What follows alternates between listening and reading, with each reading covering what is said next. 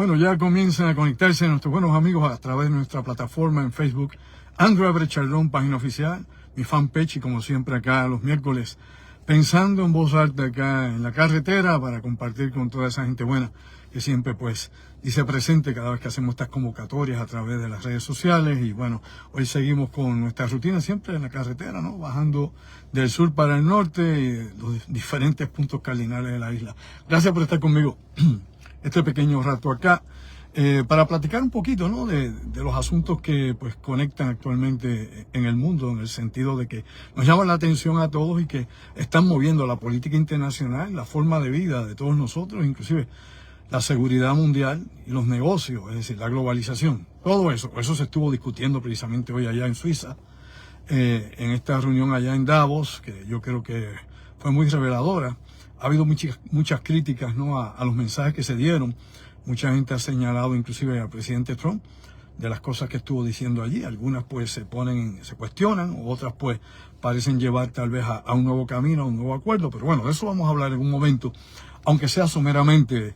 Y como siempre pues un saludo a todos ustedes. Hoy estamos acá a enero 21 del año 2026. Bueno, ya que es enero 21 y se estuvo hablando de Groenlandia, pues hay que hacer un poco de historia, ¿no? Ese es uno de los ángulos que a mí me gusta tocar de los asuntos que uno pueda por aquí compartir con ustedes. Precisamente un 21 de enero de 1968 se estrelló un avión B-52G allá en Groenlandia. Sí, va directamente hacia la base aeroespacial que hay allá en Groenlandia de la Fuerza Aérea de los Estados Unidos, ¿no? Actualmente el Space Force pues tiene aquello allí, pero era la Fuerza Aérea en aquel entonces durante la Guerra Fría, y pues cayó allá cerca de la base Thule, al noreste de Groenlandia, un B-52 con 4 bombas nucleares, ¿no? 4 bombas de estas B-28, que eran las bombas que se usaban en aquel entonces los B-52 y que eran las bombas que habían aquí en Ramey Field, allá en Aguadilla, para que nos pongamos al día, ¿verdad? Ahí teníamos los escuadrones B-52 y ahí teníamos un amplio arsenal de estas bombas. Se estimaba que acá en Puerto Rico habían por lo menos 50 de esas bombas aquí guardadas, que es un número bastante sustancial, de que aquí pues usted, obviamente esas cosas no las escucha mucho, eso pues se queda ahí en la noche de la historia. Pero este incidente en 1968 fue muy similar al que ocurrió en 1966. Hacemos memoria, recordamos allá en Palomares, en España, donde también un B-52 se estrelló, perdió las bombas, se contaminó la zona, el área. De hecho, para no tocar tanto lo de España, que lo hemos hablado anteriormente, tocando esta situación de Groenlandia, pues hay que recordar que en aquel momento, como en la actualidad, Groenlandia tenía prohibido no desplazar, inclusive en tránsito, armas nucleares allá, en Dinamarca, y Dinamarca pues obviamente sobre Groenlandia. Es decir, no estaba en ningún acuerdo militar de aquel entonces que Estados Unidos estuviese llevando armas nucleares como las que estaba transportando a Groenlandia en aquel momento. Hoy precisamente pues se cumple ese aniversario, ¿no? Un 21 de enero, en el 68, y ahora acá en el 2026. El tema básicamente sigue siendo Groenlandia. Sigue discutiéndose. Ha dicho el presidente Trump en las últimas horas de que alegado y supuestamente pues se resolvió el problema de Groenlandia. Él había dicho durante la mañana, que estuvimos atentos a su discurso ahí en Davos, de que él no iba a usar la fuerza, ¿no? Que no iba a usar las fuerzas militares, que no iba a invadir a Groenlandia, que tenía otras formas, otras maneras. Todos hemos escuchado que le ha hecho, ¿no?, una oferta para comprar Groenlandia. Hemos visto también, ¿no?, los señalamientos y las amenazas con poner más aranceles a los 8 países que estuvieron involucrados en esa pequeña maniobra, si así se le puede llamar, o esa pequeña conjunción de países, destacamentos que hubo en Groenlandia, y que pues ya usted sabe, pues muchos de ellos ya salieron del territorio tratando de evitar ese 10% de aranceles, más el 21% más adicional que se les va a implantar el 1 de junio. Pero bueno, dicho estas cosas por acá por arriba, pensando en voz alta, definitivamente todo esto nos tiene que poner a pensar es que aquella situación, por ejemplo, en el 68, allá en Groenlandia, pues hubo que obviamente descontaminar todo aquello allí. La gente, pues, esto se quedó en la historia, usted tal vez lo ve en algún documental, o si se pone a buscar información particular sobre este incidente allá en el 68. De hecho, yo recuerdo que en aquel entonces, haciendo memoria de las cosas que discutíamos en la universidad, pues, estaba obviamente el proyecto de recuperación y limpieza de emergencia allá en Groenlandia, que era Project, creo que era Crested Ice, que si mal no recuerdo el proyecto que se implementó en aquel momento, porque allí aunque no explotaron las 4 bombas nucleares, las 4 bombas nucleares se rompieron y liberaron plutonio. Estamos hablando de uranio enriquecido, No estamos hablando obviamente tampoco de estroncio 90, estamos hablando de plutonio, que es el elemento radiactivo, si usted está al tanto de la tabla periódica, más contaminante y más peligroso que puede haber para la vida, como la conocemos, ¿no? Pocas son onzas de plutonio, y esto se ha presentado, inclusive se lo daban unos ejemplos en las clases de física en la universidad. Si usted cogía 24 onzas de plutonio y abría un pote con 24 onzas de plutonio y lo dejaba escapar a la corriente del aire, eso era suficiente para enfermar a toda la humanidad, oiga bien, a toda la humanidad con cáncer.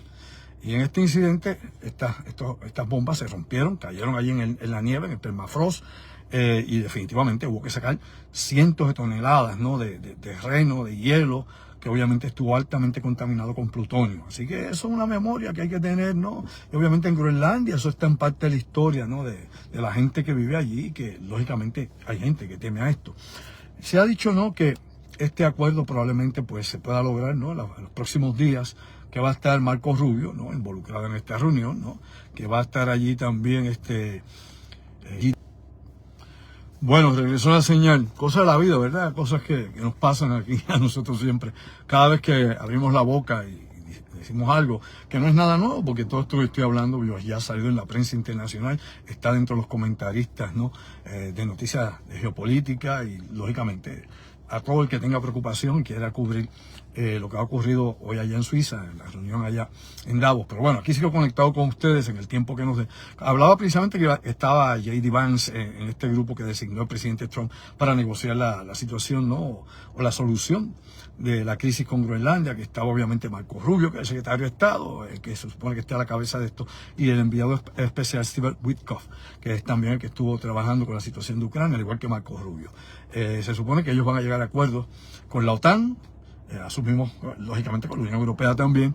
No se está hablando por el momento, por lo menos no es lo que ha dicho el presidente Trump ni ninguno de sus vocales, ¿no?, de sus voceros, de que hayan vendido a Groenlandia, de que aparentemente han llegado a un acuerdo con la OTAN para la cuestión de la seguridad nacional. Aquí tenemos el sol bastante fuerte para la situación esta que ha planteado el presidente Trump en muchas ocasiones sobre el domo de oro o domo dorado de protección de los Estados Unidos y Norteamérica, ¿no?, para poder instalar tanto los radares y todos los sensores disponibles, las antenas conectadas también con el satélite de protección y en el enlace de Space Force allá en Groenlandia, que aunque está obviamente Pitufik, que es la base que hay allá, que antes era obviamente Thule, pues hace falta mucho más, ¿no? Hace falta más equipamiento, hace falta otras instalaciones. En un momento dado, en la historia, por ejemplo, en Groenlandia hubo 12 bases de Estados Unidos. Estuvo durante la Guerra Fría, pues llegaron a tener 7, se redujo a la actualidad a Pitufik, y es lo que hay en la actualidad. Se estima, ¿no?, que podrían haber, una vez este acuerdo con la OTAN, si es oficializado, ¿no?, finalmente, que si puedan abrirse 5 o 6 centros más adicionales para poder entablar, ¿no?, este sistema de redes de protección aeroespacial de los Estados Unidos, que daría cobertura también a Canadá, a los Estados Unidos, obviamente, y Alaska, Estados Unidos. Así que toda Norteamérica, específicamente Norteamérica. El acuerdo podría ser precisamente ese, ¿no?, que la OTAN colabore con esto, que los países europeos también pongan dinero en esto, que se instale obviamente el sistema de defensa aeroespacial de Estados Unidos, ¿no?, el domo de oro, de que se permita también actividad militar y tal vez se puedan poner allí defensas antiaéreas o antisatelitales, las que se escojan. Eso yo no lo sé, nadie lo sabe. Eso no se lo van a decir al periódico acá, ni lo van a decir en una conferencia de prensa por el momento.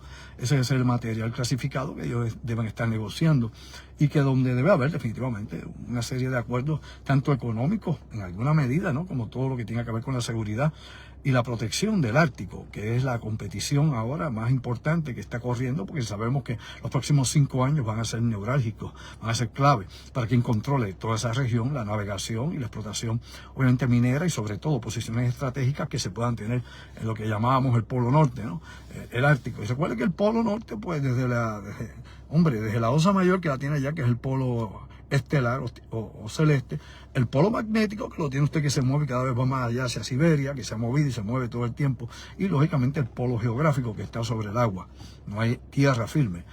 Groenlandia, precisamente, lo hemos explicado en otras ocasiones, pues es la extensión de terreno que más entra en ese círculo ártico. Se habla, y usted ve por ahí mucha gente especulando sobre las tierras raras en Groenlandia. Bueno, usted sepa algo y verifique lo que le digo.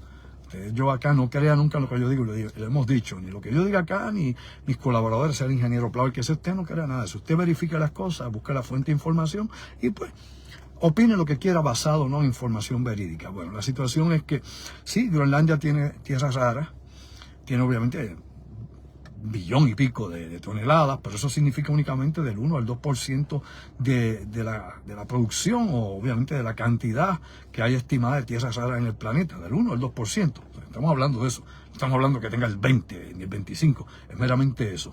Y que inclusive el mismo presidente Trump había declarado anteriormente, diciendo que a él no le interesaba realmente explotar a Groenlandia. Bueno, eso habrá que verlo en su momento, pues algo que harán sacarle a eso, no podemos ser boluditos, ¿verdad? Lógicamente, ¿no? Ahora es interesante que Dinamarca no lo haya hecho en todo este tiempo y que la gente que vive allá en Groenlandia pues vive más bien de la pesca, algo del turismo y de cosas que son más bien artesanales, no de alta industria, básicamente. Hay que recordar que Groenlandia tiene básicamente, aunque no tiene más que un 1 o 2% de la tierra, sí tiene el 30% del agua. Y hay que masticar con las neuronas. La mayor parte del agua está concentrada allá en el Ártico, no en la Antártida, allá, mejor dicho, en la Antártida, allá en el Polo Sur. Acá en el Ártico, pues usted tiene un 30% del agua allí en Groenlandia. Que si se derritiese Groenlandia, oiga bien, el mar subiría 7 metros. ¿Entendió? El mar, en todas partes del bendito planeta, subiría 7 metros. Así que usted olvídese de las costas de Puerto Rico, olvídese de la Florida, eso ya no existiría, etcétera, etcétera. Pero como es agua dulce lo que hay allí, porque hay que recordar que tanto